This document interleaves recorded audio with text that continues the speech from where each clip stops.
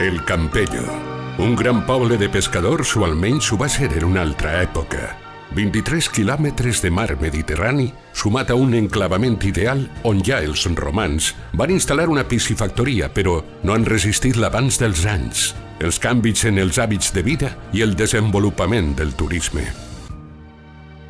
Campello és la mar. Lo de camp no té res a veure en el camp de terra. Campello, el nom ve, creuen, del campus bellum.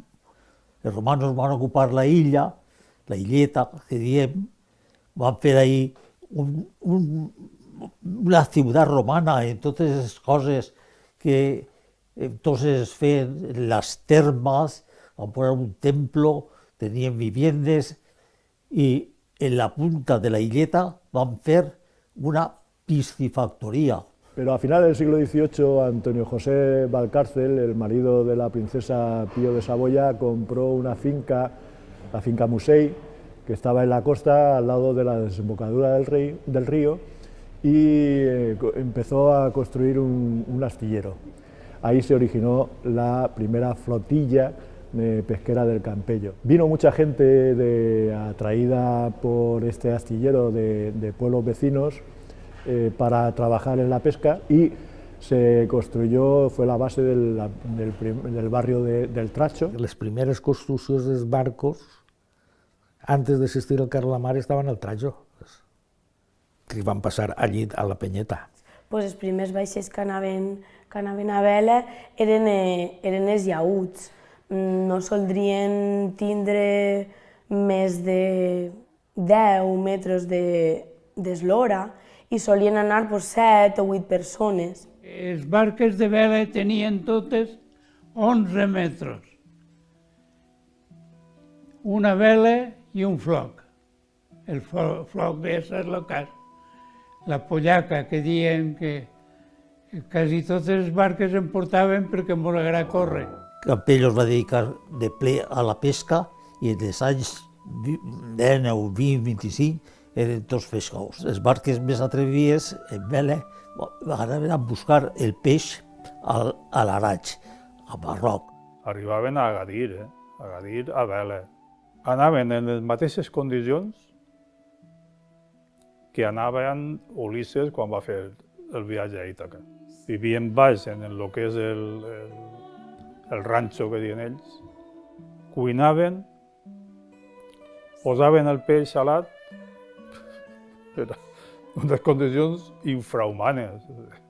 El que és el ranxo, pues, ahí anava tot. Les lliteres, baix de lliteres, els sacs de borreet, el pa, la cuina, que era un foguer movible, perquè fora un foguer quadrat, la hornilla, pel carbó, en fi. Baix del panyol, la carbonera. Aquí és el ranxo de proa. Aquí és on tenien les lliteres i dormien els 5 o 6 homes que anaven. Tot un barrilet d'aigua que duien, o de vi, aquí anaven a la sàcia. La bodega en portaven el peix salat. A Popeta és on solia dormir el patró i portava totes les coses de navegació ahí. Les dues últimes barquetes que ja he conegut o que han anat a l'Araig va ser el Hilario i la Teresa. L'embarcació tenia 12 metres i la vela, la tina. El que havia. Si el vent era en popa, anaven com els de motors. Però si l'agarraven venter de proa i calmes i no sé què, i voltes tiraven un mes per arribar a Pisquero. Quan hi havia un vent favorable i estava la polla aquesta hissà per jugar-li a fer camí. No sé si ho durien tots o no. Le diem, esto ens dona sort. I clavaven la moneda en la metxa al palo. I quan tornaven de viatge de les volades, pues, la traïes. La coberta no tenia cap de protecció, no havia ningú pontet, ningú reós on un munt d'homes se n'han anat en un col de mar perquè no tenien on agarrar-se. Per eixir de Campello a Alacant o a Santa Pola tenien que fer l'astre en Campello, en la punta del riu.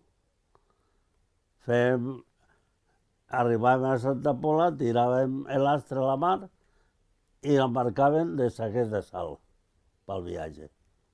El moll de Santa Pola l'han fet en pedra de la punta del riu. Un es posava baix a la pila, l'altre dalt i l'altre donant sal.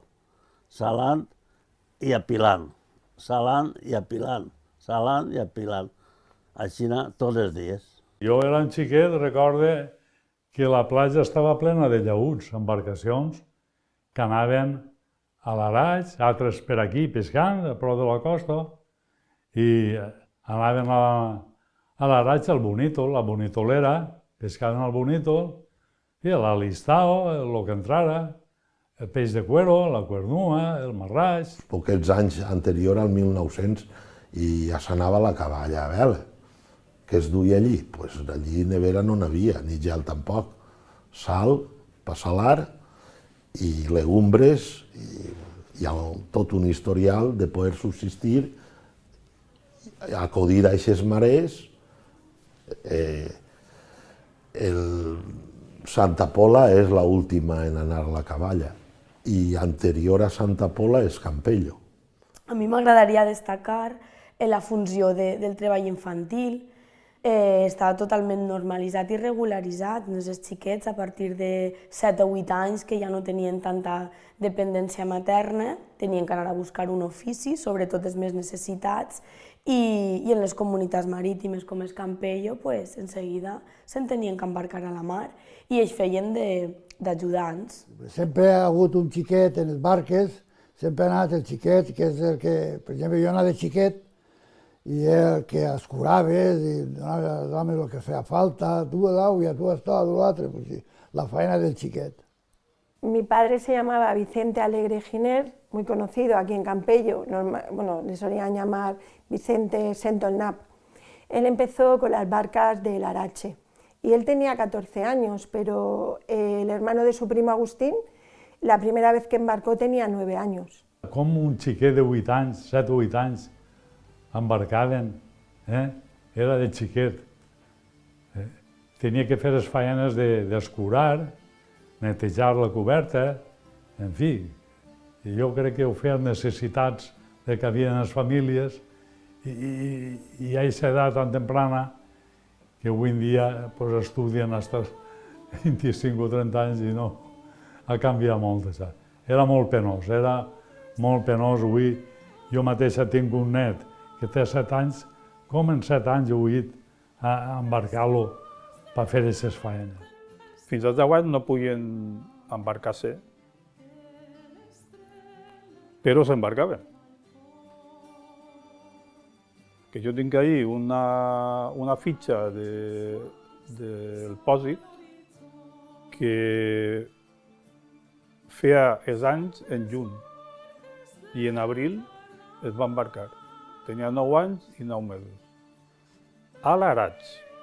Pobrets, quan se n'anaven, jo ho recordo, perquè, clar, com tenies la tenda, se n'anaven perquè sabies que se n'havien anat, perquè quan no venien a la tenda i les mares venien a comprar, i sabies, i molts xiquets se'n tornaven.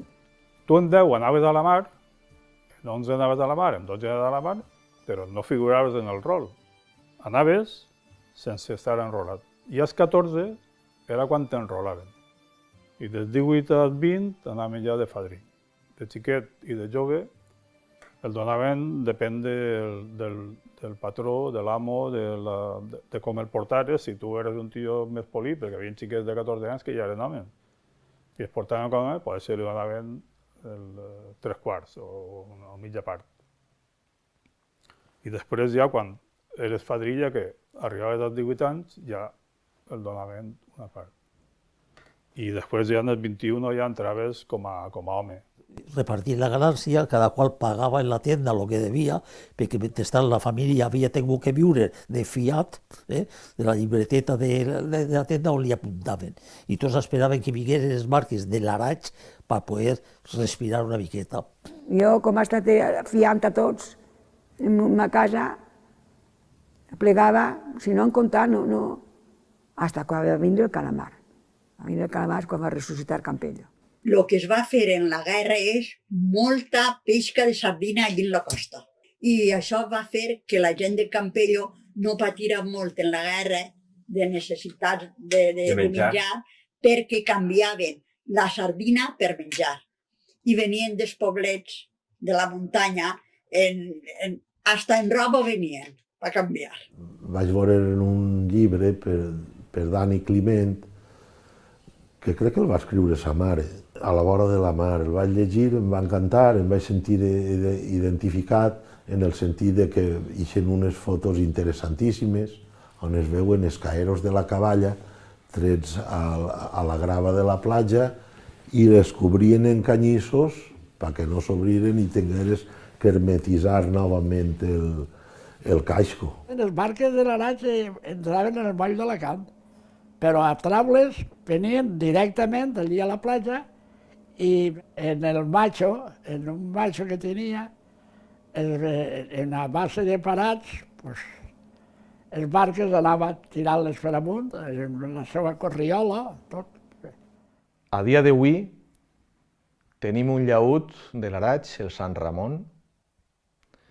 Es va fer al 1904 a les Drassanes del Campello i es va vendre al 39 a Castelló. Li van posar motor i va estar pescant en la costa de Castelló. En l'any 95, un patró de pesca de Xàbia, Amadeu, va ser el que es va posar en contacte, en este cas, en Bric Barca, un grup català, i van decidir arreglar-lo. I actualment navega per Catalunya, per Mataró, està en el port de Mataró. I s'embarquen xiquets, s'embarquen escoles, i el que fan és navegar a vela llatina per el Mediterrani. Ells són uns enamorats de la vela llatina i uns enamorats, perquè així no m'ho van dir, dels llaüts que es feien al Campello. Estan molt reconeguts. Apareix en l'any 43-44 apareix el motor d'explosió i el motor substitueix a la vela. La vela ja no pot luchar en el motor, vamos. Primer les motoritzen, van a vela i motor, però després ja desisteixen de vela. Per què? Perquè la tecnologia va renovant-se i van augmentant els cavalls.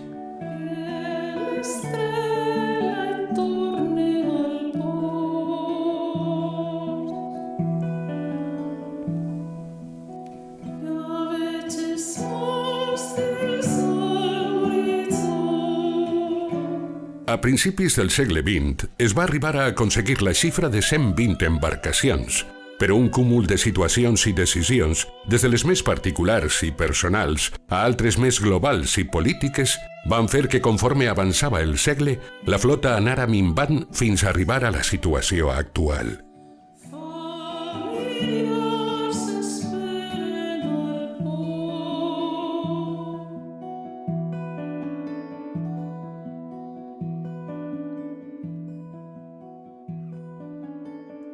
La senda era la indústria més gran que havia en terra, era la fabricació de fil de cànem. Campello tenia sis sendes, 6 tallers de filats. La del tio Basilio, el filador, allí baix del Carnamar, la de l'abuelo meu, Pere Galleta, la del tio Pere Galleta. Mon pare tenia una traquinal en el poble, i els guatxos també tenien una senda. L'última que va prevaléixer en el poble va ser la dels guatxos.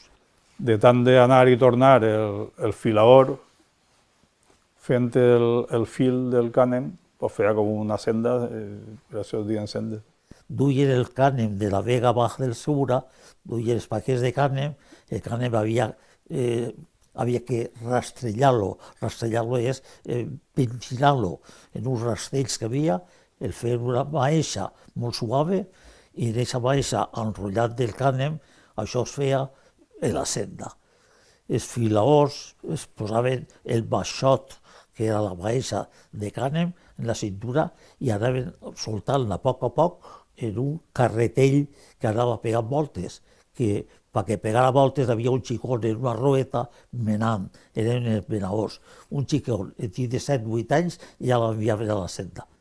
Tu saps, pobres xiquets, mena, xiquet, mena! I els xiquets menant en la senda, però de ben xiquetets. I guanyaven 2 i 3 pessetes a la setmana de menar.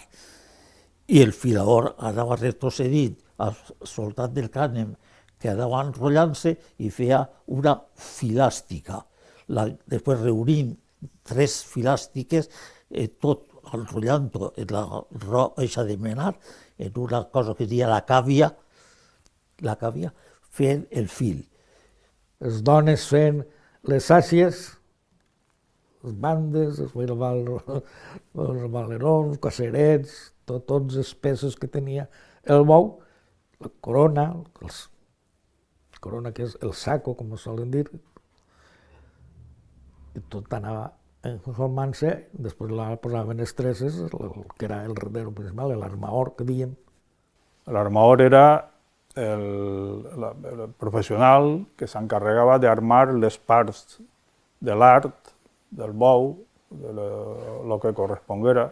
Ha pegat a ser un sinònim d'amo de barca o de propietari, lo de l'armaor, però l'armaor en principi eren els que armaven els arts, les sàcies. En les barques d'arrastre va quasi sempre un redero, i és que els bous de les barques també rompen, s'enganxen en pedres i coses, entonces es desgasten, i el redero es dedica a estar treballant en un bou i mentre estàs reparant l'altre.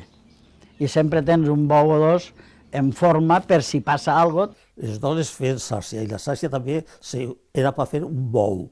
El bou era l'aparejo de pesca, l'arte de pesca. Y entonces en el bou hay varias clases. On s'apelotona tot el peix al final, de que ser la part més forta o més dura, era la corona. Feien el fil, el posaven allí, l'amarraven en un palet, i quan tenien uns quants, a més treballaven en 14enes, per això d'ahir venen les famílies 14enes, no treballaven en 12enes, sinó treballaven en 14enes. Quan jo era jovenet, les dones arremendaven en la platja, arremendaven la sàcia, m'abuelo Toni Casabella feia bornells i nanses pels morenes i pel peix. Hem de diferenciar també dues seccions. La secció de nova confecció, de lo que seria la confecció de la sàcia, i la secció de la reparació.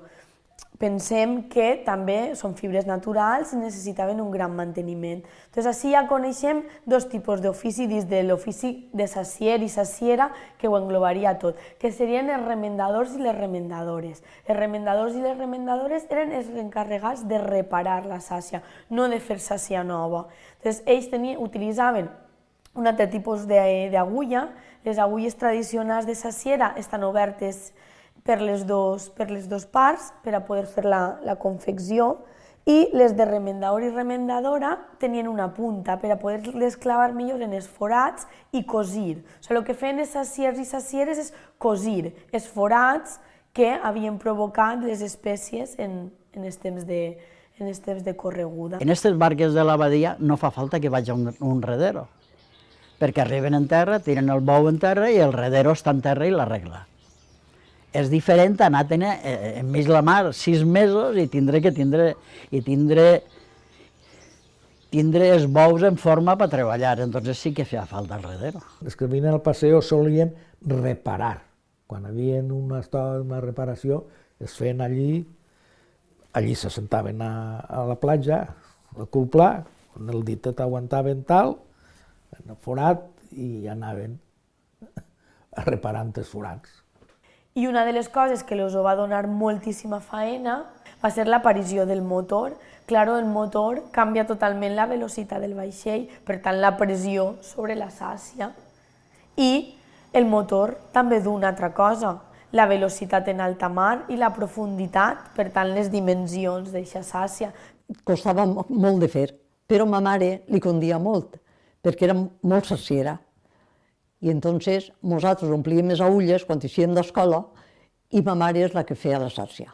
En el treball de sarcier i sarciera hem de diferenciar este tipus d'agulla, que no és la convencional, per nomenar la convencional, la que tindria les dues parts com esta, que s'utilitzarien per a confeccionar, per a teixir la sàcia, que seria la faena de les sacieres. Sobretot, aquesta agulla és una agulla femenina, però esta que estem veient d'una agulla de punta és una agulla que la treballarien tant homes i dones, que serien els remendadors. En els almacens havia un tenyidor, que era on tenyien les sàcies, que el que duia la rosca que diem, que era el dels pins, era per donar-li color a les sàcies. I això hi havia uns pous que calfaven i ho derretien i ahir és on es donaven el color. Havia que tenyir i això tenia tarrotes, una volaora que esclafava tota l'escorfa del pi i la triturava i la feia això per tintar els bous. Els bous de cànem i de torsal. És el que havia. Després ja va canviar el plàstic. Prohibeixen la fibra natural, cànem i l'espart degut a enfermetats respiratòries. Va entrar el plàstic, el polièster i tot això, que ja venia teixit, ja venia de fàbrica. I essent a poc van anar menys. Els filadors i els venedors també van quedar sense feina. Van anar perdent-se a poc.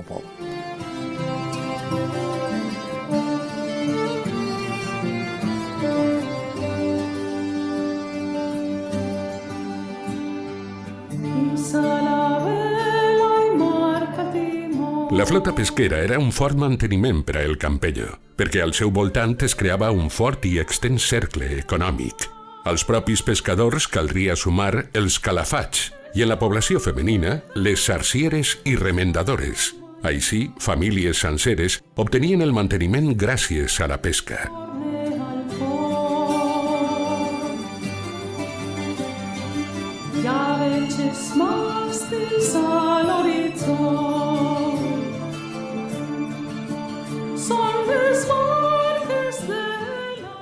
Son tío i ell se van anar a Puerto Rico a treballar allí, com aquells que diu a fer fortuna.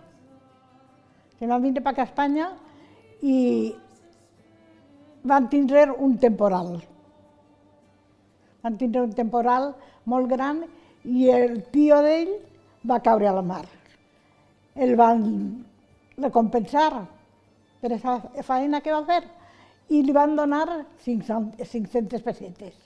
Va comprar el terreno de aquí hasta allà on està la Dosmira, tot això ho va comprar i va fer aquí el taller.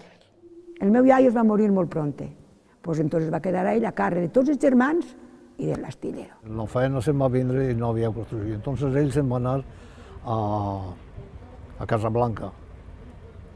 I allí en Casablanca va estar ell i a continuació d'això, que ell ja no va tornar, antes de tornar ell, el van promoure Pedro, el nebot, i Paco, que eren nebots d'ells. Sa mare no li dia que era massa arriesgat. Jo li vaig dir, però tu t'atreveixes a fer-ho, tu estàs segur de que vols fer-ho? I ell diu, jo sí, claro que estic segur. I doncs, entonces, abans.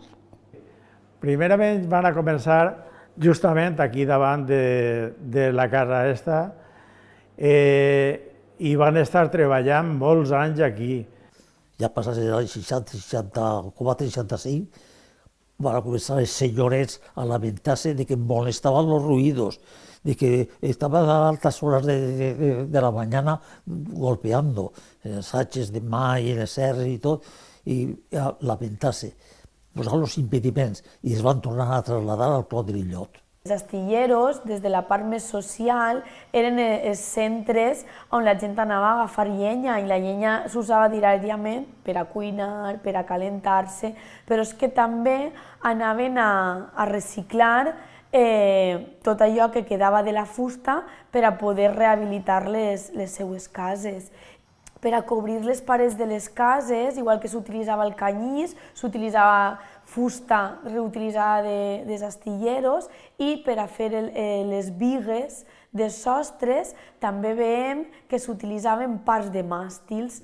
Cada astillero tenia un sello, tenia el seu sello, el seu mètode, el seu sistema de traçat. Cada forma de lo que es el cos de la barca determinava qui era el constructor d'aquesta embarcació. I si veu un barco del tio Pedro, noto seguida. Perquè jo que he vist fotos ara, me recordo de veure fotos i noto la proa, saps? I fascina. I se nota que ese barco i més barcos que ha fet ell. Per fer una barca, el primer que es feia era fer el traço. És a dir,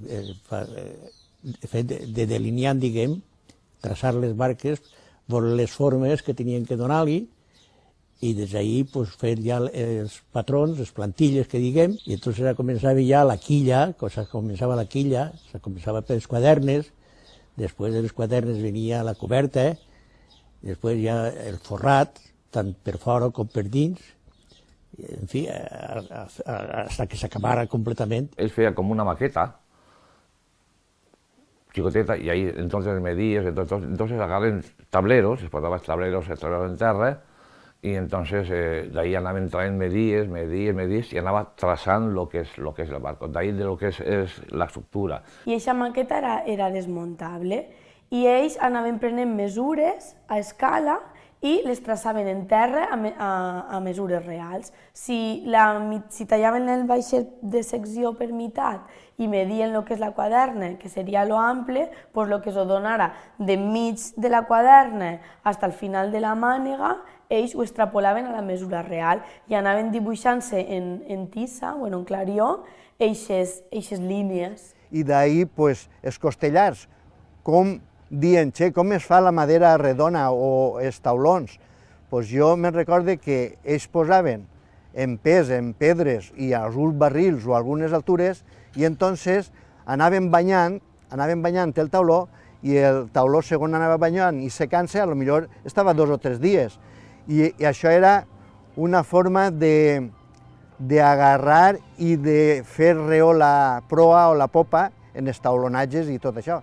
Les costelles es feien en tablerets i feien el que és la costella, anaven empalmant, i després sobre un tronc, perquè antes no, ara no, però antes eren troncs que buscaven en curva i tal, i anaven donant-li forma. Això era un treball d'animals, perquè això pesava una barbaritat. Ahir no havia moltes grues, no havia maquinària. La feina de calafat era una volta posaven tot el taulonatge. I claven estopa, massilla i tal, perquè no... Això és el calafat. I després està el que diu en castellà, el carpintero de Ribera, que nosaltres diem tots calafat, i que és el que feia les barques en si, el que feia tota l'estructura, totes les costelles, tot el tapat, tot el que és un barco. I eren unes espàtules, unes ferramentes cinzells que obrien la junta del tauló i després mauelo amb maceta i a col de cinzell o d'espàtula i l'estopa entremig dels dits en un drapet per no punxar-se ni res, és la que estopaven tot i es dedicaven a fer-la des de baix, des de la quilla, des de la primera junta fins a dalt de l'orla, són 2 atxes per desbastar la madera. Una barrena.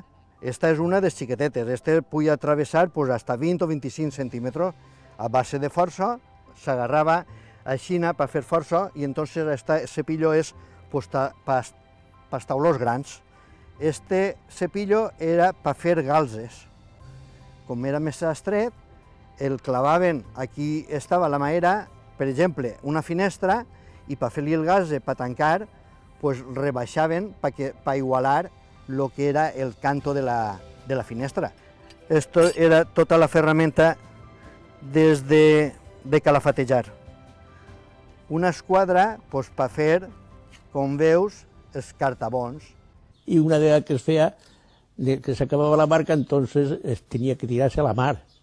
Cuando la varàvem a la mar, entonces aquí es feia, per costum, es feia una paella per tots els que havien col·laborat en la barca, per tots els treballadors, en fi, per tots els que estàvem treballant en ell. El astillero de Pedro Baello no tenía anguileres. Anguileres es una especie de trineo, el que bota la embarcació, la que la tira a la mar, o la vara. La vara és traula de la mar. Què feien? Estos homes improvisaven unes altres coses. Els escalafats les denominaven jaceres. Imitaven la funció de l'anguilera. La vara era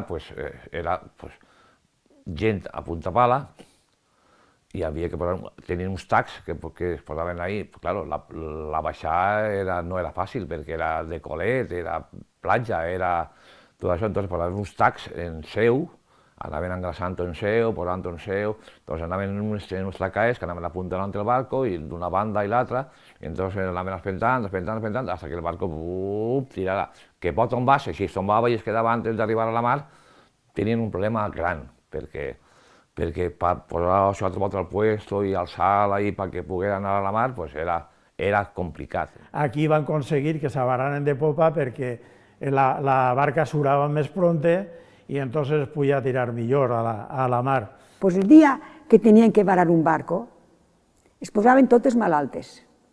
Totes les meues ties, totes plorant, perquè era una cosa molt difícil, el varar un barco. Tenien els homes que fer, això era... Jo ara ho comprenc, entonces no ho comprenia, entonces veia que estaven elles, i feia jo, fíjate, i mos ajuntaven quasi tots els diumenges, totes les ties allí, totes les germanes allí, a passar el dia on és ara la penya. Ai, per varar-les era molt bonico, però, claro, havia dificultat perquè estaven al costat una de l'altra. A voltes estava una més per cada davant i l'altra un poc més per cada darrere, quan estaven fent-les, Així, una al costat de l'altra estaven algunes voltes, però altres estaven així, una davant i l'altra darrere.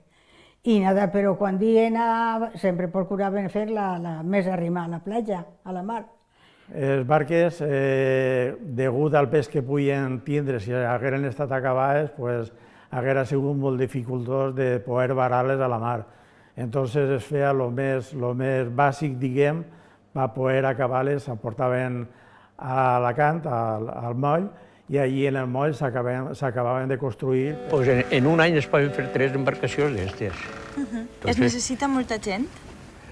Per fer 3 embarcacions a l'any, pues sí, necessita por lo menos 20 homes. I quin és el vaixell més gran que ha construït? Jo, uno que es dia el Valle de Andorra, que tenia 35 metres.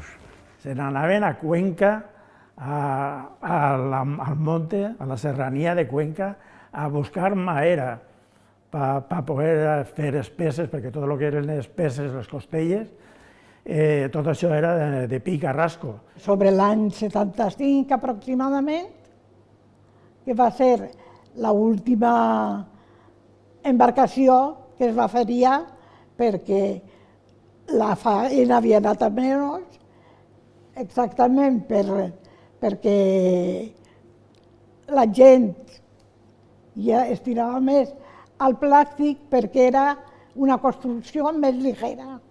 Econòmicament també era més barat i en menys temps el tenien. Quan va arribar això ja quasi la cosa anava en declive per el govern entonces anava tancant subvencions a lo que és la construcció de madera, havia començat també la fabricació de fibra de vidre, de polièster. Durant 25 o 30 anys aproximadament ha sigut una font de faena per a molta gent. Quasi totes les dones complementaven el salari de casa fent sàcia. El treball de la saciera porta darrere tot el sostén d'una economia domèstica en tots els sentits. Ja tenia que treballar i criar a la família sense el suport masculí. Campello ha sigut un poble matriarcal i a més se nota perfectament les dones que els seus homes estaven en la mar i tal i han tingut que fer front a la família, a l'economia, als papers, a fer-se càrrec de la casa. Treballant com a ofici o no, sempre està darrere del pescador. La figura de la dona en la mar és molt important. Quan jo era jovenet, les dones arremendaven en la platja, arremendaven la sàcia. Ma mare feia corona, que era un molde reonet, molde reó, i la sàcia que feia ma mare era de cànema. La tia Fina es posava la sàcia en les mans i ma tia Maria anava fent el cabdell. Li donava a ma abuela, que estava fent la sàcia, omplien les agulles, feien la sàcia en els motlles, depèn del tipus de part de la peça que corresponia, era de fil més gros, de fil més finet, de malla més grossa, de malla més fina. Jo de xiquet li ajudava a ma mare a omplir agulles, les dones posaven allà a la porta a fer sàcia. Després ja, al vindre les barques d'arrastre, fent sàcia més grossa, o fisca, caceret, corona, valeró. Ma abuela va ser armadora. Ma abuela, per part de ma mare, va ser armadora, perquè la família dels tocallos tenien la junta, que diuen, no? Tenien una junta en barques. Jo he sentit nomenar l'Hércules, el San José, l'hermano Esterol, el Benacantil, i el Benacantil li va tocar a ma abuela. O sigui que ma abuela va ser armadora. Quan venien les barques, els bous venien romputs, perquè d'arrastrar el bou venia romput. Entonces anaven a remendar, perquè havia gent que eren ja, es pot dir, especialistes en això. La figura de la dona no està mai vista cara a lo que és la pesca, però sí que ha estat ahí. Ma abuela, que hay que anar a Roses? El colchón matalap a la barca i on ell diguera. Teníem les dones rederes, que sempre han estat fent una feina, aunque no s'ha vist, però han sigut molt importants. I després d'aquesta mare que fa de mare, de pare, mentre el pare no està i tens que educar-los i tens que inculcar-li el que el pare en aquest moment no està donant-li al fill. Aunque ells portaren els diners a casa, elles s'ocupaven del menjar, dels xiquets, de l'escola, de poder-los vestir, de tot, perquè havia voltes que, com a mi m'han contat, que el pare quan venia de la mar, els xiquets ploraven perquè diuen «I aquest home qui és, el que està lluitant-se amb ma mare?» I un cas concret, que m'ho contava un mariner, un dia me deia jo quan venia a casa mos abraçaven tots i tal, el dia de... I el més xicotet, que tindria un anyet o dos, no volia. I és que ha vingut el papà per donar-li un bes un dia. No, el papá es este, y señalaba una foto que tenía al costado. Yo iba al colegio y mis amigas o mis compañeras, cuando yo iba a su casa, tampoco estaba su padre. No te llegas, no sé, es una cosa que vives con ello. No te sientes como que eres tú sola. Yo iba a casa de mis amigas o mis compañeras de clase y no estaba su padre. Los echaban mucho de menos y cuando, sobre todo, no sé, en cumpleaños, en fiestas, porque yo si me pongo a recordar, pues pocas navidades recuerdo con mi padre, muy pocas. No sé la edad, pero yo tendría 5 o 6 años, no tenía més. I me recordo que ma mare em deia, nena, que esta nit ve el papà. I jo en el meu quarto nervioseta esperant al papà. I en aquell entonces toquen al timbre, pues serien la 1:30 o les 2 del matí, i jo ja en el pijameta vaig obrir que la il·lusió de que venia el papà. I veig entrar a un home en barba. I el primer que és, clar, jo em vaig quedar així i jo dic, pues és el papà.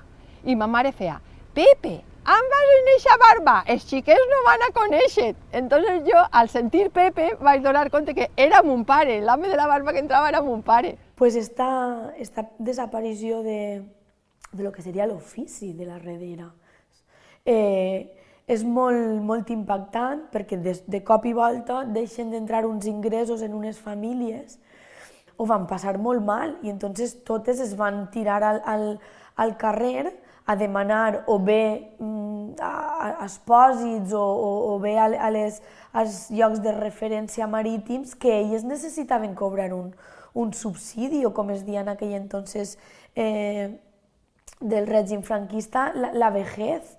Elles necessitaven que se los reconeguera tot aquest tipus tots aquests anys de feina treballats i es van veure en un buit legal que anava molt més enllà del gerent d'aquestes fàbriques o del redero.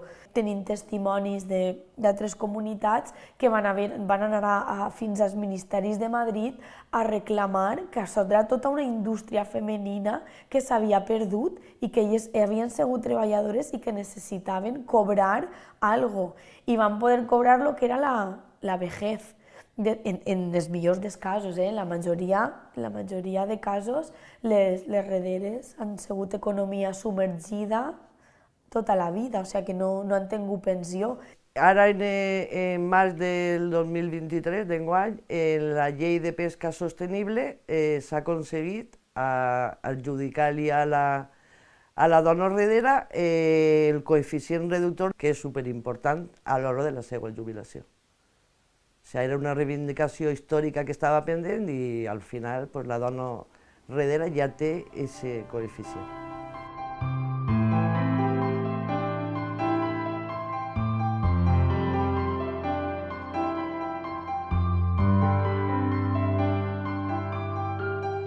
Apareixen noves tecnologies que, en part, faciliten el treball, però al seu torn fa minvar la flota i tot l'entramat econòmic que se sustentava al seu voltant.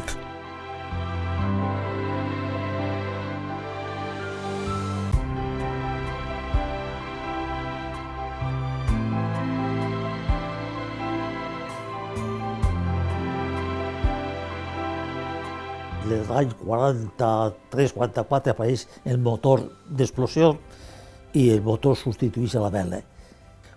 Té un avantatge grandíssima sobre la vela.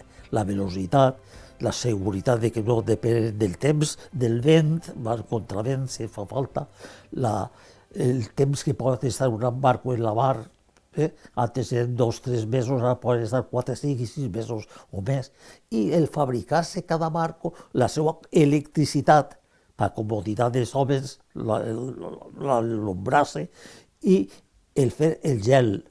Quan era un xicón estava el Laval, que eren motors d'un pistó, que eren uns pistons que allò feia... Estava el Laval, estava el Bolinder, i estava el Volun. El Volun era el que més... perquè era un motor que fabricaven en Alacant. M'abuelo, Toni Carmen, tenia una barca, primer que li dien el Laval. I li van posar el Laval perquè era el nom del motor. I a la barca per això li van posar el Laval. El primer motor que van de Solita a Campello. I és la primera barca que va anar a Canàries a pescar la tonyina. Al canvis de motor i posar els motors més grans, ja posaven 120 cavalls, 150 cavalls, i entonces les embarcacions eren totes més grans i tenien més comoditats.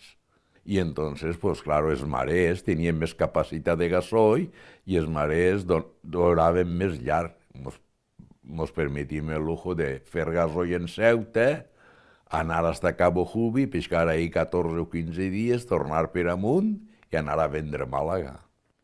Tampoc li vaig dir, jo li vaig dir a ell, anem a posar el pilot automàtic, que dona compte el pilot automàtic, saps? Tu allà al costat i la barca ahí... És que ha vingut un canvi de món, si no és el radar. El radar no volien posar-lo, mon pare deia que allò era una mona. Tot això és una evolució que ha hagut. Es va perdre perquè ja Després de tota la flota que van fer aquí, va entrar el congelador, que era el futuro de esto. O al fer els congeladors, els barcos de madera van anar desapareixent i també va perdre molta flota aquí. Va haver d'ell que va decidir fer congelador i altres van desguassar el barc o el van dedicar a una altra cosa. Nosaltres vam tratar de fer la paloma congelador, que no era congelador, era, diguem, era fred. Estaven començant a canviar i van veure que fent una barca de ferro tindrien més defensa pel treball que anaven a fer. És millor el ferro que la madera, clar, la madera dormien baix la proa, allí feia una olor i una humitat i el ferro tenies el teu camarot. Pero es que un montón de espacios del barco de ferro no que ubicaven els tonellaes i en la fusta sí, perquè en la fusta eren tot tanques així laterals als costats, en el ferro, no? El ferro entre lastres i coses. Després es transformaven perquè si tu un barco de ferro et duia, per exemple, 60 tonellades del llastre, a mesura que tu carregaves el barco, eixe lastre es podia posar de gasoil. I els portes han anat evolucionant i jo per mi que totes les portes han sigut bones. Estes obrin més perquè, clar, van evolucionant, comencen les quadrades de madera, de ferro, després unes ovalaes en el pes i la quilla, quilles que poden llevar i podar pel desgaste, que són els que duien en Sud-àfrica. Tallaven les maderes en el taller i després es muntaven en la ferreria. El ferro li proporcionava l'empresa de Hierros Tolón, que era un ferro pesadíssim perquè els ànguls i plaques i tot el que feien allí era de molt de pes. I després ells el que feien era, la fragua, li donaven forma a base de martell i martell en el yunque. Era una faena espectacular veure-los, un aguantant el ferro, l'altre amartellant, era espectacular. I després totes les barques es muntaven allí. Allí en el taller es muntava amb un tio, no sé si el meu cosí també suposa que degué arribar a muntar alguna, i es enviaven una volta muntades a armaors de fora del poble i, com no, aquí també en el poble.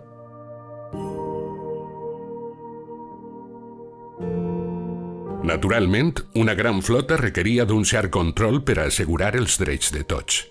Així es forma el pòsit de pescadors, com a forma de cooperació i ajuda entre els treballadors. D'aquesta manera es regula el gremi i alhora es fa més fort.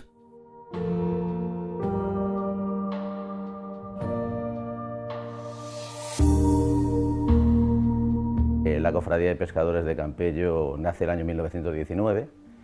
Nada más nacer ya con 1000 trabajadores en el sector pesquero y entre 220 y 250 embarcaciones, pues es considerada la cofradía más importante del Mediterráneo español de madera. Desde l'any 1921, el president del pòsit en aquell moment, que era José Cartalà Ripoll, va crear el Pósito de Pescadores, una associació totalment legalitzada en un local que de moment va ser una caseta provisional en la carrer San Francisco, però va traslladar a lo que seria més tard l'Escola d'Orientació Marítima de Don José, i va estar allí el pòsit una temporada. Després d'estar almenys 7 o 8 anys en la casa de Don José, van comprar el xalet de Surroca, el de Américo, en els 4 camins, que és on Facito, el Gallardo, va construir els blocs que avui en dia estan a la part de dalt de la ermita. Llega el año 55, creo recordar, que es cuando también llega la necesidad y sale también de lo que es la seguridad social, ¿no? Intentar hacer algo para estar protegidos los marineros, ¿no?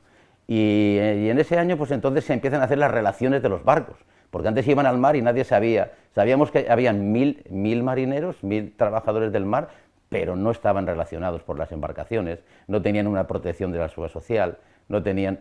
Entonces, a través de ese año 55, creo recordar, es cuando se empieza a crear lo que hoy en día es la seguridad social, ¿no? Y esa protección. don Antonio Castelló, va ser el secretari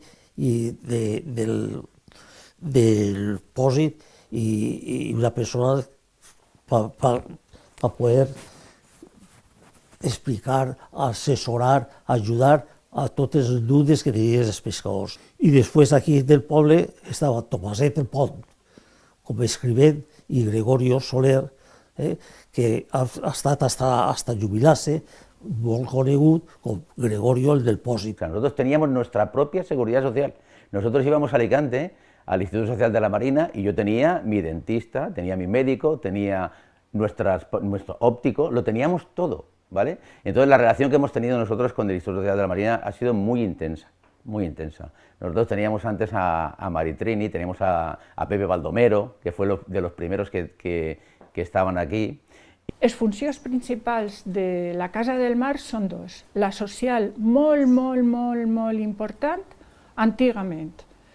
I després l'administrativa, que és també importantíssima. La social, en quantes famílies dels mariners, tant les dones com els fills, que són els que quedaven aquí en casa, que els homes eixien a la mar, doncs hi havia moltes activitats. Tenien activitats de cursos, fent cursos per dones, fent excursions, una cosa simpàtica també, per dones, i després també se feien excursions per als pensionistes quan es jubilaven. I sobretot hi havia tots els anys colònies per xiquets, 15 dies. Tot això subvencionat per l'Institut Social de la Marina, era tot gratuït. El mateix pòsit tenia el PG local l'assistència de metge de cabecera de tots els mariners. I Marieta, la de Toni Carmen, que han dit sempre, era la infermera del metge que posava ordre entre els pescadors com un sargento. Calleu-se, que està treballant el metge, calleu-se, tal, perquè no havia sala d'espera ni res. Tots sabem que la part administrativa, una cosa fundamental són les sol·licituds que se fan per la jubilació, per la viudetat, per l'orfandat, favors familiars i, com no, accidents de treball. Tot això es gestiona des de la Casa del Mar. Importantíssim perquè la gent no té que desplaçar-se a Alacant. Tu pagaves una quota de contribució a la cofraria. La cofraria s'encarregava de procurar que no els faltara estoc, de tindre tots els permisos en condicions, en fi, tu contribuïssis a canvi d'uns serveis. Es nutria d'aquest 1% que portaven les barques. En la dècada de l'any 30 al 40 i del 40 al 50 era molt, era la primera flota en el Mediterrani. Alguns se'n van passar a Màlaga, clar, com pagaven d'aquí, altres se'n van passar en les Palmes, que allí no pagaven cofradia ni res. Altres estaven en les Palmes i perteneixien a la cofradia i eren ja congeladors. Solien pagar aquí en el pòsit i treballaven allà. I altres han estat treballant allà i no pagaven aquí. Si a tus serveis te fan de baix, doncs no, perquè tens que pagar la contribució. Damunt t'estalvies el gasoil de la pesquera, d'on estàs pescant a vindre a Alacant. Tot això va contribuir a que les barques s'anigueren. Perquè en tots els parts, la Vila, Santa Pola, tal, van fer el moll en el seu temps i moltíssimes barques, ja que anaven quedant-se xiques per allà, es pasaban a pescar a la bahía y allí estaban. Pateta era un presidente de la cofradía de pescadores muy importante. Además, creo que el cargo que tenía era senador en Madrid, y a través de él es cuando se hicieron muchos intentos para que el puerto de Campello fuera una realidad. Realmente Campello hubiera cambiado muchísimo si entonces este Pateta hubiera conseguido ese puerto que no se pudo conseguir hasta el año 91. El primer projecte de fer un moll és del 22. Van estar passant allí uns quants anys, que si havia que reformar-lo, que si no havia pressupostos, que si tal. Muchas veces hemos estado leyendo los libros de actas Y estos hombres tenían una idea muy clara, ¿no? Y era hacer el puerto en los baños de la Reina. Eso hubiera sido una cosa espectacular. Ahí todo el mundo sabe que se ha bañado, nos hemos bañado todos de jovencicos allí, que ahí la profundidad que tiene y el calao és tremendo. Després ja, quan va entrar la República, van dir, pues ara, a veure si es pot fer, no sé què. Van fer un altre projecte en la República, va passar més o menys el mateix. Van estar posposant-lo. Quan van entrar els franquistes, viden de lo mateix. Fue en el año 1991 cuando, a través de la Generalitat Valenciana, se crea el puerto de Campello. Un grupo de contertulios reunidos van a decir, pues vamos a pedir un puerto deportivo, un puerto de recreo. Entre ellos Germán Barlapeña, con Navarro, y van a conseguir al final que les concedieran un puerto, que presenten el proyecto, pero dice el proyecto una zona para los pescadores, la zona de aquí donde está la lonja, y lo van a conseguir per ahí. El Club Nàutic ja tenia esa concessió. L'Estat, que era el que tenia que financiar les obres, no podia financiar les obres en una zona on hagués una entitat privada. Per tant, no és més remei que acceptar posar el moll en l'espigó de terra, que no té aigua. Ahí és que es va aprofitar també una punta que van fer en el seu temps el Club Nàutic, es va aprofitar això per fer el que és la punta del moll també. La flota més gran de la costa mediterrània, en aquella època, ha derivat en 5 embarcacions d'arts menors. Mentre davant hi ha 70 embarcacions del barjo, la majoria foranes. Però no van pelear la cofradia per treure per endavant. Van fer la subhasta que van treure, en vez de fer-la pels professionals, pel públic. Ten en cuenta que somos especiales. Hay 240 cofradías más o menos, lonjas y cofradías en España. ¿Y por qué somos tan especiales, Campello? Si nosotros fuimos de lo mejorcito, después no fuimos nada, pero ahora somos especiales por muchas cosas. Somos la única cofradía que mantiene una subasta directa al público. Somos una cofradía donde la subasta se realiza a voz, que se ha perdido ya. Hemos hecho degustaciones, hemos sido pioneros en muchísimas cosas, hemos tenido visitas de escolares. Aquí han venido miles y miles de chavales de toda la provincia. Les hemos explicado lo que era Campello antes, cómo trabajaban. Una cantidad de cosas impresionantes.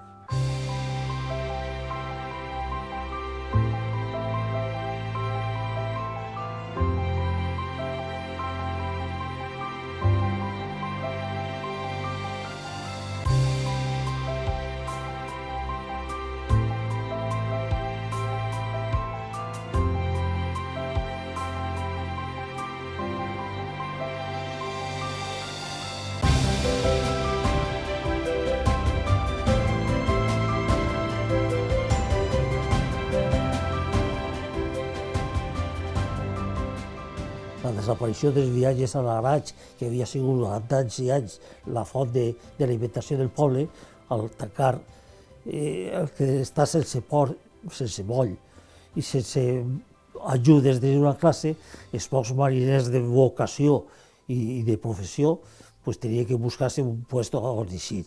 I entonces el Golfo de Roses, en Girona, era un atractiu. Havia molta pesca, era pesca al dia, no havia que fer viatge llarg de setmanes, i molts pescadors de Campello van agarrar el petate i se'n van anar allà. Allí en Roses havia un horari i el petroli, el mateix que li donaven aquí, li donaven en Roses, i entonces en Roses pues pescaven més dies, perquè aquí era de nit i de dia. I no es parava, solament venia un home a la setmana, quan venien el peix, es quedava un home en terra, i això és el que venia a Campello, i en el tren de les 8 de l'Espara, que eixia per Alacant, pues, aquesta persona que venia pel matí, però a les 8 de la nit ja se'n tenia que anar perquè la camp va embarcar-se trobat en la barca. Molts armaors que avui hi ha en Palamós eren d'aquí del poble, que se'n van anar a pescar allí. És a dir, aquí s'anaven i pescaven a la sàcia, la sàcia artesanal, fent la temporada, i entonces alguns es traien la barqueta i estaven en la platja, i altres arribaven i se n'anaven per allà, per Catalunya, Barcelona, en Palamós, en Roses, allí campelleros i barquetes que es van posar al motoret i s'han quedat allí pescant.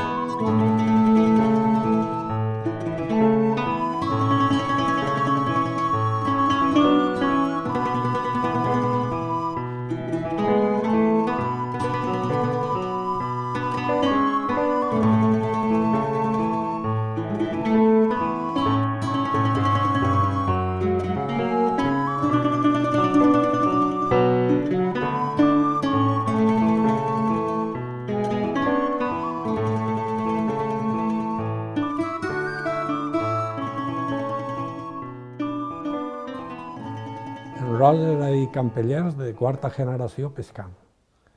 En Palamós també hi ha gent de Campello. Després de Palamós, pues ja per la costa, en Calp, en Dénia, també crec que hi ha gent de Campello.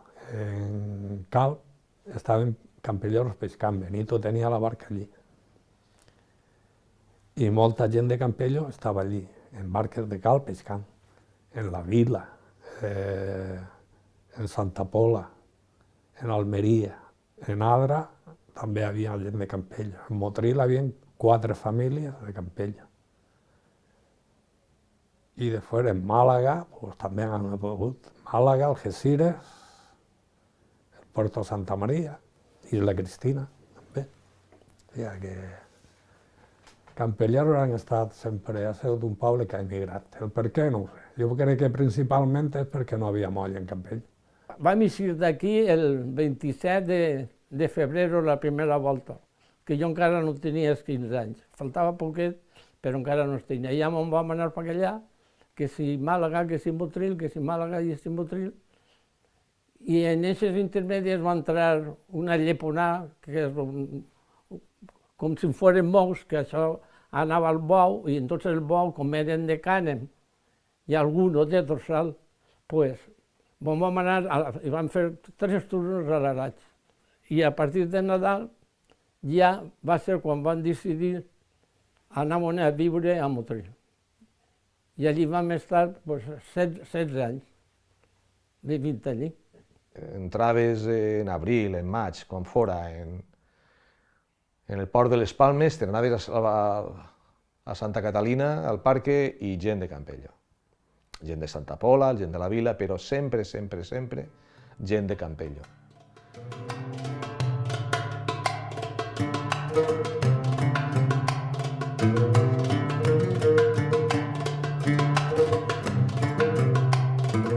Els vaixells que queden han de continuar guanyant-se el pa i han d'aventurar-se més enllà de Canàries per a trobar una zona de pesca que els fora fructífera. Quan semblava que havien trobat una bona manera de subsistir, grans conflictes polítics fan que tornen a entrar en crisis. La pèrdua del Sàhara espanyol o la postguerra de les Malvines afecten de manera contundent a la flota de pesca campellera.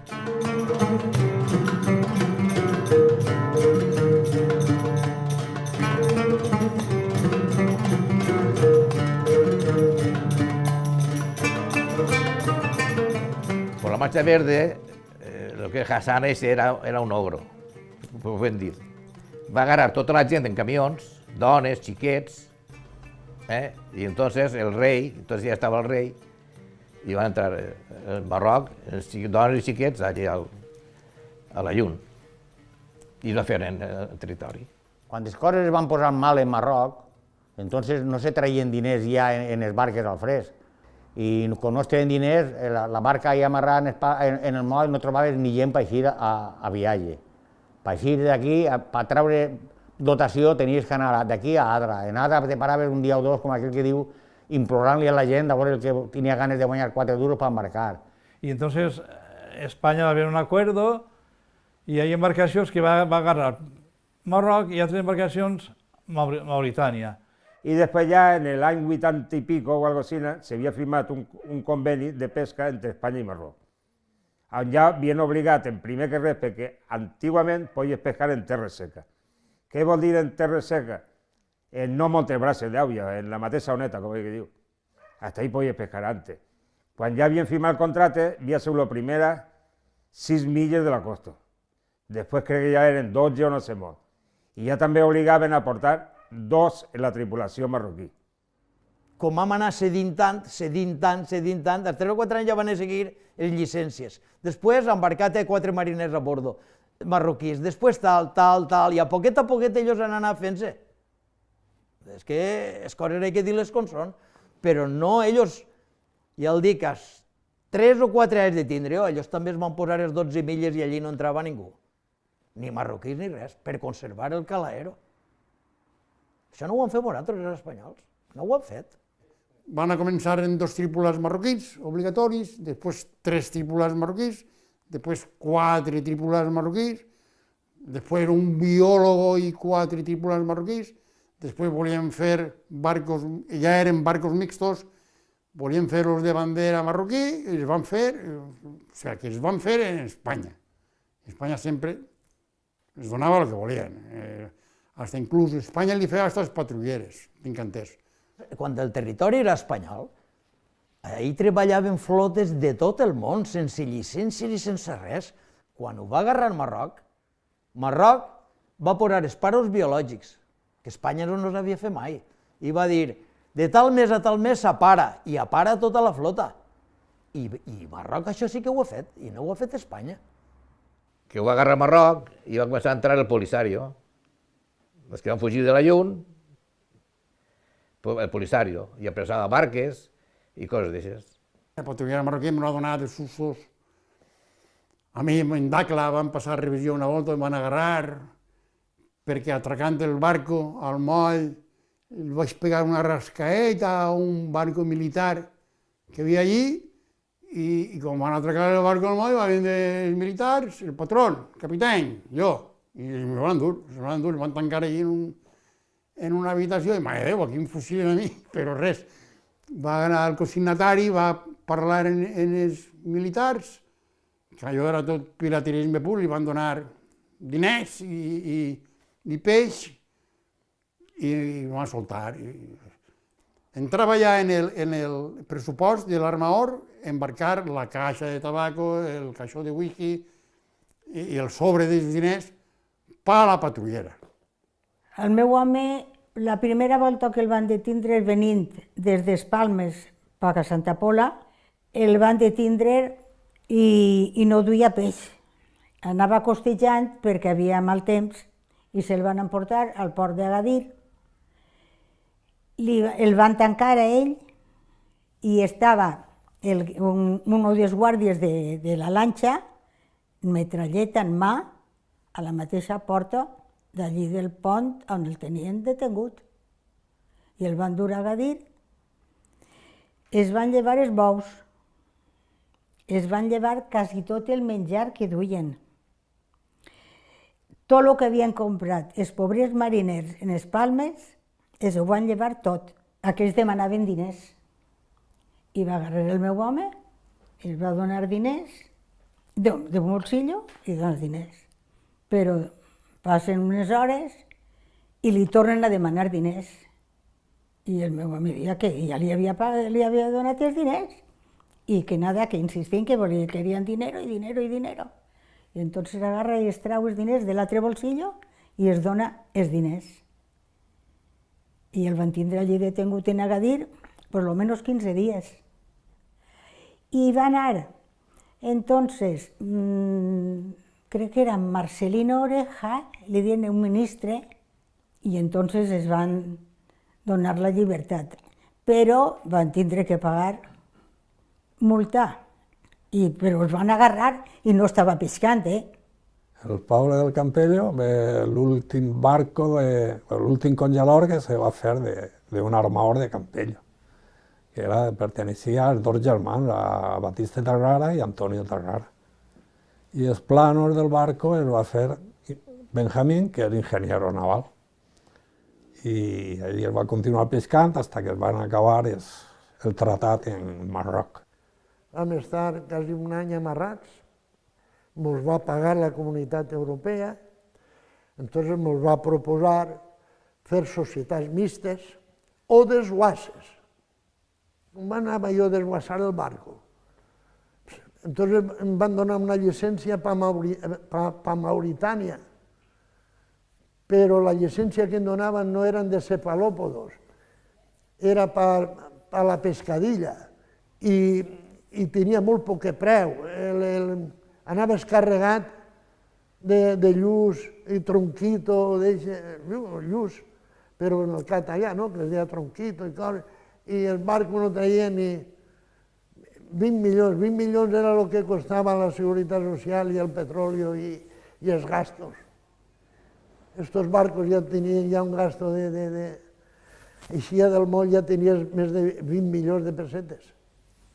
Bueno, i el tema va estar ahí. Que vaig agarrar i vaig fer una societat mixta en Namíbia. Jo recordo el Pescaltea 3, l'any 87, es va fer en Vigo, era de Baldó, un barco de 70 i pico metros, 1.600 metres cúbics de capacitat frigorífica, en fi, barcos de 2.000 cavalls. Pues eixe barco, quan es va enllestir en Espalmes, que va navegar cap als Malvines, cap a Montevideo, Uruguai, i després les Malvines, ja tenia de costo 60 milions de pessetes, entre combustible, aparells, i 60 milions de pessetes d'aquell entonces eren un munt de milers de pessetes. En milió i mig de pessetes compraves un pis en el carrer La Mar. Anava en una companyia i entonces va vindre un auge de pesquera en les Illes Malvines. Les Illes Malvines estan situades al sud d'Amèrica. Va decidir enviar un barco perquè tenien referència de que arribaven barcos al port de Vigo carregats de calamar d'aquella zona. Era un barco que es deia el Pic. Tenia bandera de les Illes Caimán, que forma part de la Commonwealth, dels països de la Commonwealth d'Inglaterra, anem a dir Inglaterra. Les Illes Malvines són illes ingleses. En la primera campanya vam estar 6 mesos sense xapar terra. 6 mesos dins la mar. Quan carregàvem el barco, anàvem a una bahia d'allí des illes que es deia Berkeley Sound i ja teníem esperant-nos un mercant. Teníem esperant-nos un mercant, o bé era coreano o bé era espanyol. Ens atracàvem a ell i li anàvem descarregant-li el peix. Estaven 4 o 5 dies descarregant-li el peix. Tot allò estava nevat, tot allò era una gelor, allí no hi ha ni boges, vent, huracanats i fred. Les 5 campanyes ja, quan carregàvem, anàvem al port de Montevideo, fèiem una ruta de 4 dies i mig i anàvem a Montevideo, descarregàvem el peix, fèiem altra volta de gasó i repostàvem i seguíem altra volta, eixíem altra volta a la mar a pescar.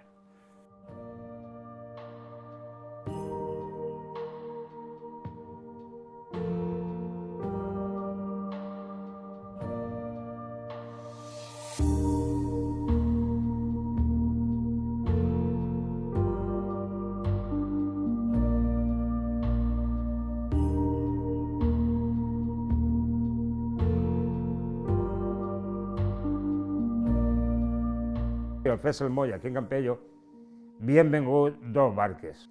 I la última barca ja que havia quedat, la Xirla. Esta havia sigut ja l'última barca que havia tingut aquí. En Campello ara queden 4 barques o 5 barques que són del trasmall. Barques de l'arrastre ja no li queda ninguna a Campello. Xirla estaba pescando en Santa Pola. El dueño había estado aquí, pero se había fet una altra barca i estava pescant en la vila.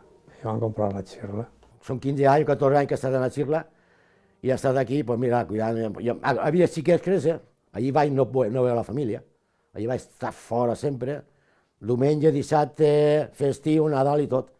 I aquí en 14 anys, doncs mira, va haver els xiquets créixer, s'han acabat la carrera seu i lo de sempre.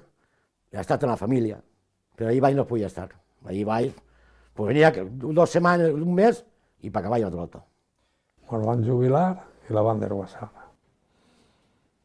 L'últim dia jo no volia veure aquest dia, que era el dia que la Xirla se n'anava del moll del Campello, però Capitania Marítima ens faltava el paper per navegar aquest dia, perquè clar, la barca ja estava donada de baixa i necessitaves un paper per fer la navegació de Campello a l'astillero de Santa Pola.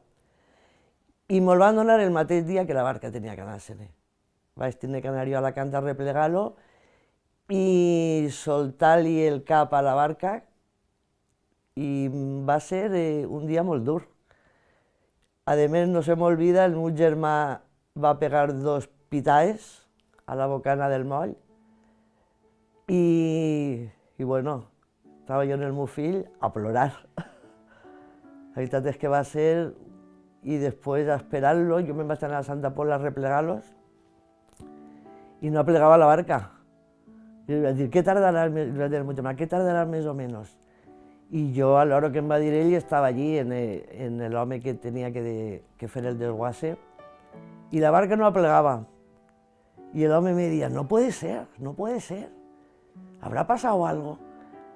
I què era? Perquè després li vaig dir, jo dic, Paco, mira que has tardat. Diu, és que era l'última navegació.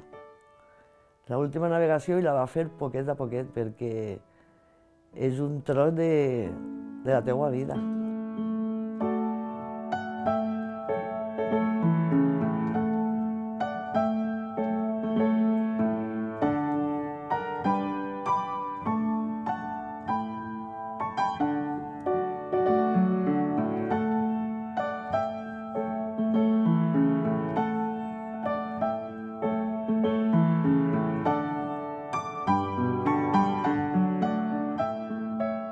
Primer que res, me compraven una imatge de la Mare de Déu del Carmen, també se veneia i se posava en la guantera de la barca perquè presidia eixa estància. Nosaltres a bord del barco la portem sempre. Ahí tenia el tio Tomàs ahí l'altaret xiquetet i Sánchez Gorastí igual. I Paquito van a ponerse un ciri, posava un ciri i l'home ahí, che, i apaga això, i no, esa, que avui és festa. En totes les barques que he anat jo, dalt del pont, ha estat igual que està ahí la Mare del Carmen, en tots els barcos, en totes les embarcacionetes de pesca. La creencia de Moratros, el amparo, ay, la Mare del Carmen, el amparo de Moratros. Mon pare la tenia i la tenia hasta el dia que va morir penjar al coll, cosa que la té ara ma mare i que em dure molt ma mare, però el dia que falte pues la tindré jo en el meu coll, esa cadeneta. Mi padre, la Virgen del Carmen, le encantaba, o sea, era como su patrona, la Virgen de los Marineros. Él llevaba una medalla de la Virgen del Carmen puesta siempre, con una cadenita y su medalla, siempre la llevaba puesta, sí. En la guerra jo recorde que mon tio Toni, el pare de l'Amordono, es van amagar a la Mare de Déu dalt d'una naia que tenien entonces les cases, solien tindre una naia dins i la van tindre amagar allí 3 anys. Ho sabia ell i els 2 més que es van posar. Perquè entonces en aquella època van... Pues el que passa, que van cremar tots els sants de totes les esglésies i tot l'assumpte, perquè la Mare Carmen es va lliurar perquè la Mare Carmen entonces no estava en l'ermita ni res, la Mare Carmen la tenien en el pòsit, el pòsit. I quan arribava el dia de la Mare Carmen la traien del pòsit i li feien la festa, li feien la professó i tot. Estrella de los mares eres, de eterna ventura. Salve, oh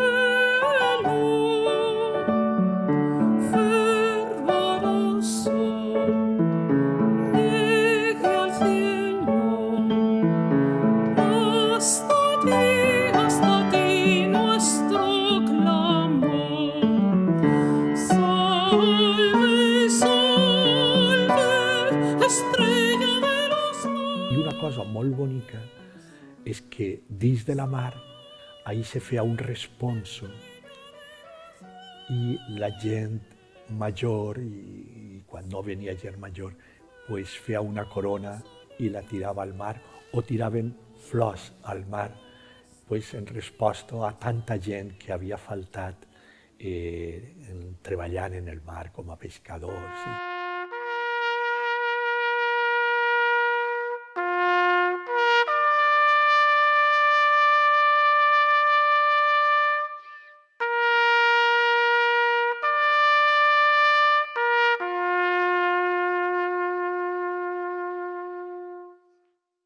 Tenim una ermita que se va fer precisament els mariners i se va inaugurar en l'any 50.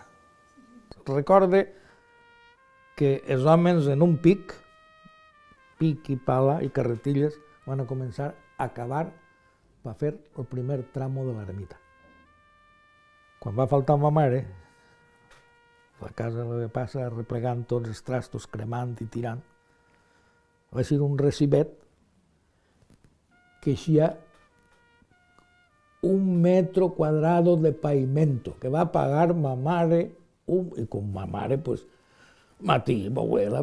Jo recordo que les iaies cantaven Virgen del Carmen, flor del Carmelo, madre a quien amo con frenesí, Virgen del Carmen, flor del Carmelo, tú en esta dicha mi único anhelo.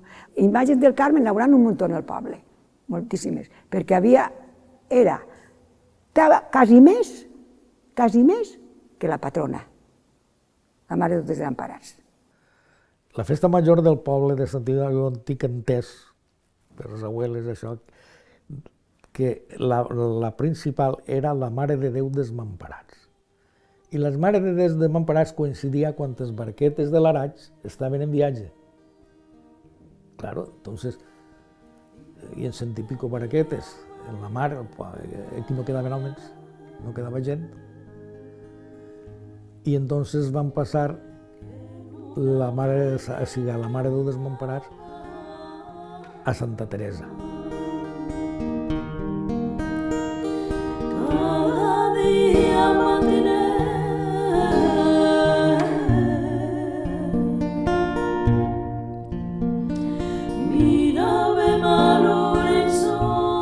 En el centro del cementerio hay como una especie de monument en el àncora a tots els difunts mariners que han mort en la mar.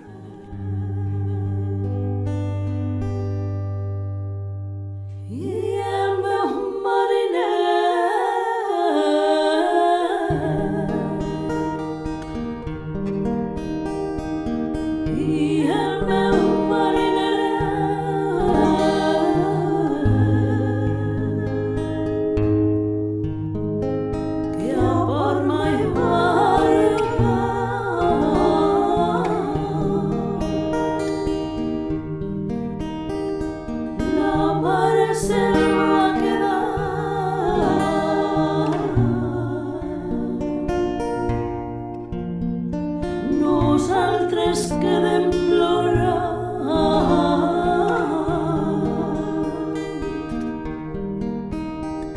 i el meu mariner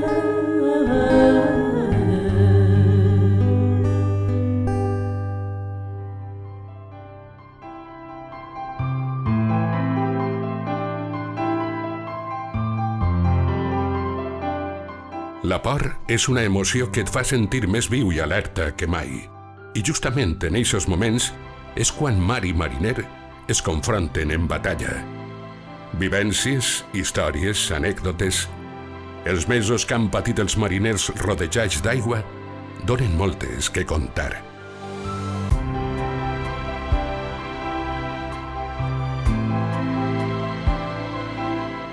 La mar és un llop que ho devora tot i a qualquiera.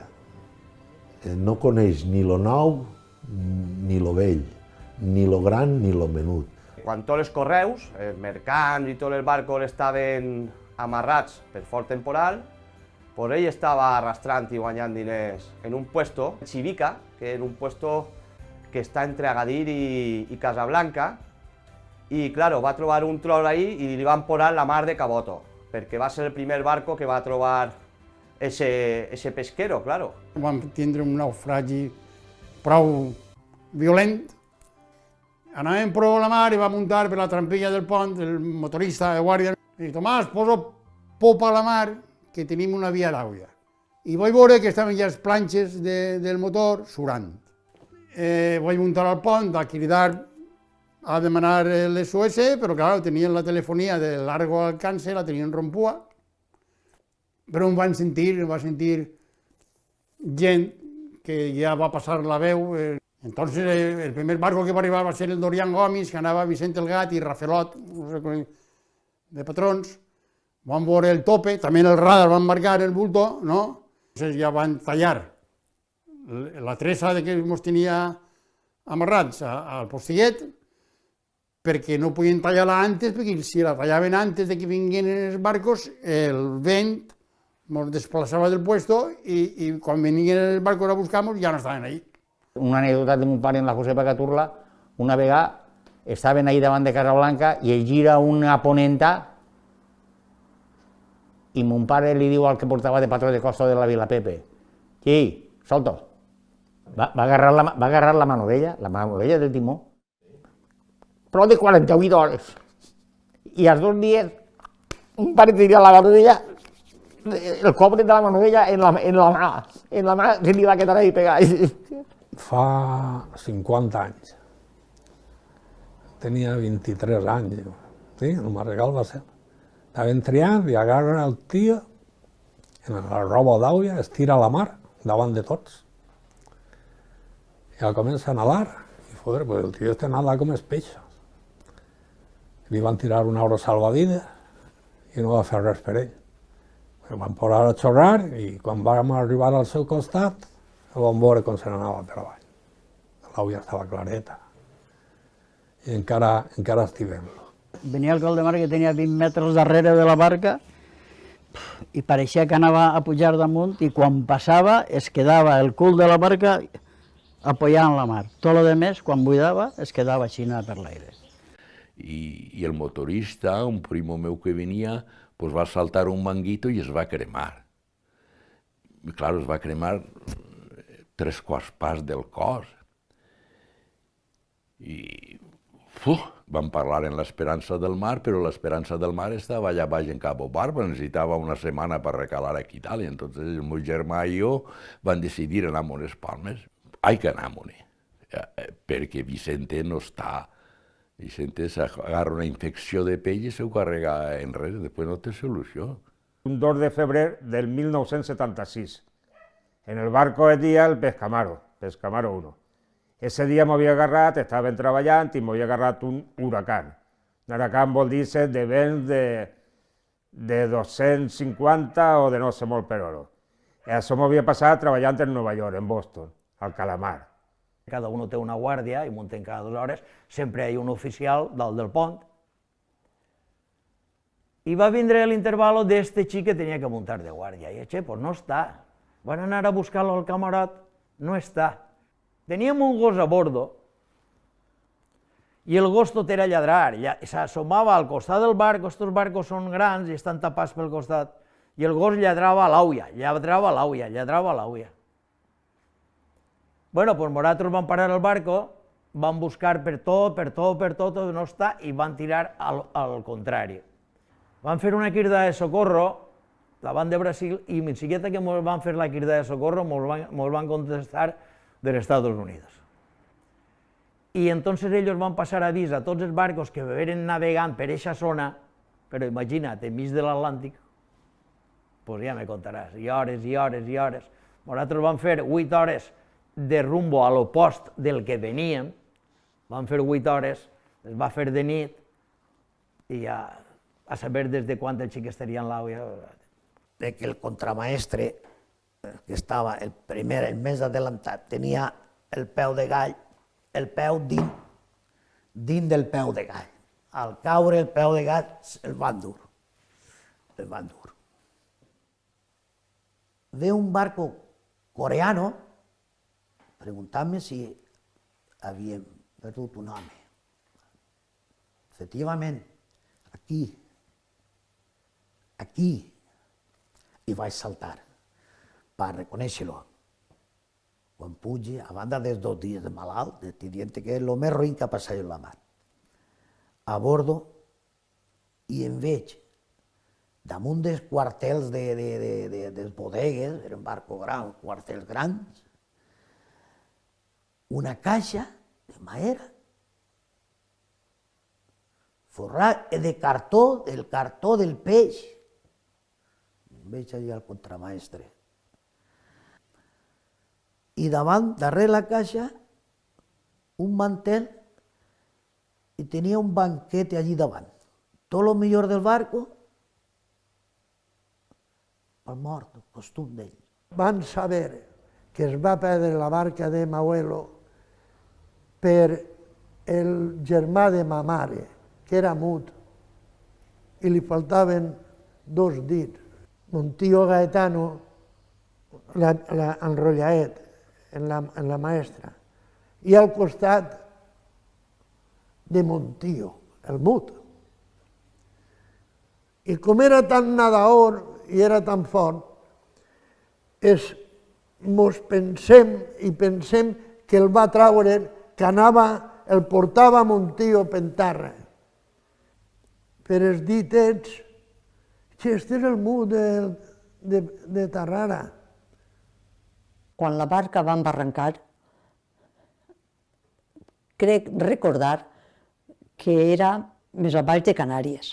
El més immediat que penses és que s'han ajuegat. Al dir un embarrancar i que havia fet una via d'aigua molt gran, doncs penses el pitjor.